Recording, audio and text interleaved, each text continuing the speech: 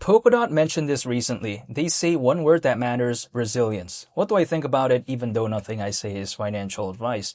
Well, personally for me, I think when it comes to DOT, its native token, reaching an all-time low a couple months ago, of course resilience does matter because could you imagine how the Polkadot team feels? There was Polkadot 2.0, which arguably is the biggest thing I think they've done throughout the history of its existence, and then the native token of Polkadot reached a new all-time low. Could you imagine how that feels? It's like, for instance, going up to a party, bringing a very nice cake, and then turns out, oh, the party's canceled. It's like, bruh, seriously? You know what I mean? It's just kind of that vibe.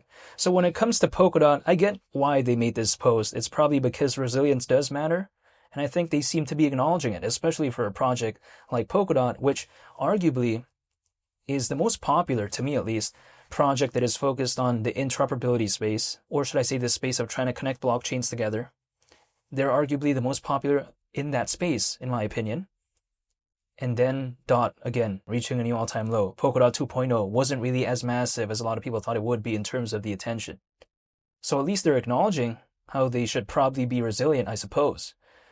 And I like that mentality though, because personally for me, I'm still also hypothetically, I feel like resilient to what's going on when it comes to Polkadot, because I haven't given up. The thing is this though, when it comes to DOT, I get it. It's around 25 times lower than $50 as of right now. It's a concern to some of my friends out there, but personally for me, I'm not going to complain if something that I like is temporarily low. Maybe, who knows? Just because I'm looking to dollar cost average, but besides that point as well, when it comes to arguably the number one project within the space of interoperability, yet reaching a new all-time low not too long ago, I'm not going to complain. This is my perspective. Temporarily. I don't want that to be the way forever, but temporarily, I don't really mind because, again, I'm hypothetically looking to do something called dollar cost averaging. But also on top of that as well, my kind of perspective when it comes to Polkadot is that people sometimes think that, oh, this is such a boring project. They don't really care. Like, no one's really going to care about this. But my perception is, well, okay, maybe it's not such a cool project in the grand scheme of things, but at least it's useful. At least I think it has a use case. I mean, trying to connect blockchains together, why is that such a bad use case? I mean, there are so many blockchains out there. And the thing is this as well. When it comes to DOT being around 25 times lower than $50, here's the thing. At $50, market cap considering current circulating supply would be around 80 billion. Dogecoin reached that pretty much, actually exceeded that by a little bit in 2021. We're talking about years ago. But also at the same time, my thing is this. DOT, as of right now, from what I can see, has over 1 million holders. Keep in mind, I'm just one person here. I can't do anything about this. There's nothing literally I can do. I could do 100 push-ups. I could do 100 sit-ups. It's not going to do anything when it comes to DOT. Literally zero. I'm not a part of the team.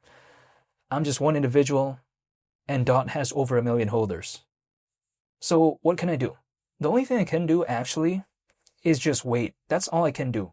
But I don't even have to wait because I could easily exit DOT, but I don't want to do that. But I'm just saying, the only thing I can do is just wait, I suppose. It's like, for instance, if I grow a plant, right? If I buy a cactus, what can I do about it? I can just wait for it to grow. That's it, I suppose, right? I mean, what else can I do about that? But I'm just saying, when it comes to Polkadot, it kind of feels like that way to me. But I don't mind waiting though, because I'm still living my life anyways. This is more so of like, I guess the way I take a look at it, I'm not telling anyone to do anything though, but this space to me, I feel like is more of an accessory, right? It's something, of course, I still care about. I still read the news and all this type of stuff. I still, take a look at what's going on every day, but it's like an addition to what I'm already doing in my life. It's like, for instance, having cactus at my home. Like, okay, I acknowledge I have the cactus, but when I'm going out and all this type of stuff, like eating out or something like that, I'm not constantly thinking about the cactus, right? Of course, I acknowledge I have it. If someone asks, hey, do you have a cactus? I'll be like, oh yeah. But that's not like the only thing I care about. Like, for instance, I love fish keeping. I have fish, by the way. And I love fish. But at the same time, I keep it, and it's more of an accessory. So when it comes to that space, it's just kind of like that. It's something in addition to my life. So I don't focus on the charts every 5 or 10 minutes. But what I think about is more so hypothetically, kind of the long term, in a sense where, personally for me, I dollar cost average once a month into the projects that I'm a fan of, and that's pretty much about it. I just wait and see. Because if let's say there's an altcoin season, with or without me, it's going to do its thing. There's no waiting for Lee the captain. No, there's none of that. It's just whatever it wants to do, it's going to do. For instance, there's a slight pullback as of right now when it comes to altcoins. Did it ask my permission? Absolutely not. But if let's say DOT does something in the opposite direction, it's not going to ask my permission for it either. So the only thing I can do is wait. I'm just an audience here. I can't do anything about this project, but I can speak my perspective on it, and I'm still a fan of it fundamentally because I like Polkadot because it's trying to connect blockchains together, and I take a look at its canary network called Kusama. That still seems to be a little bit popular, and Kusama is actually quite integral, I think, to Polkadot in a way, because projects that usually want to start off with Polkadot, they're going to typically start off with Kusama first. They test out the project because there supposedly it's easier to make changes on, and also it's a little bit more economical to rent building space. So then eventually a lot of them start off there first, and then later on they move to Polkadot. Not every single project has to move on later though. Like for instance, I'm a fan of a project called Moonriver, and Moonriver is on Kusama, right? Not every project out there is required to do that, to like move on to Polkadot. They could if they want to though. But in the meantime, when I take a look at Polkadot as well, we have to take a look at Polkadot 2.0.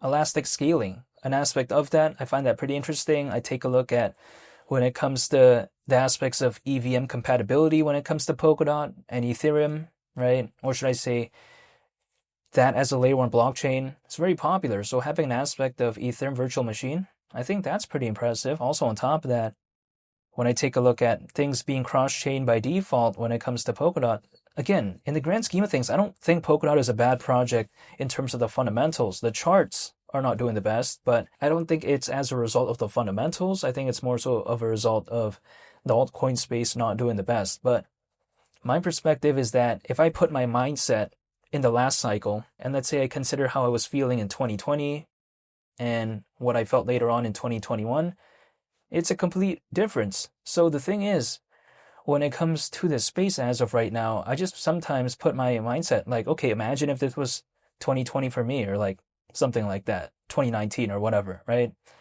This is sometimes the mindset that I have the feeling of. It's like, okay, it's this way right now, but who knows what it could be later on. This is why I'm still waiting. I'm a little bit curious, but we'll wait and see. I haven't seen an altcoin season during this cycle, but again, I'm going to stay patient, hold, and that's it, because that's the only thing I can do, and that's the only thing I will do as of right now, even though nothing I say is financial advice. I want to say thank you for watching, and I hope you have a very nice day. And again, when Polkadot says, I guess, the word that matters, or one word that matters for them is resilience, I tend to agree with that. And I'll see you all in the next video.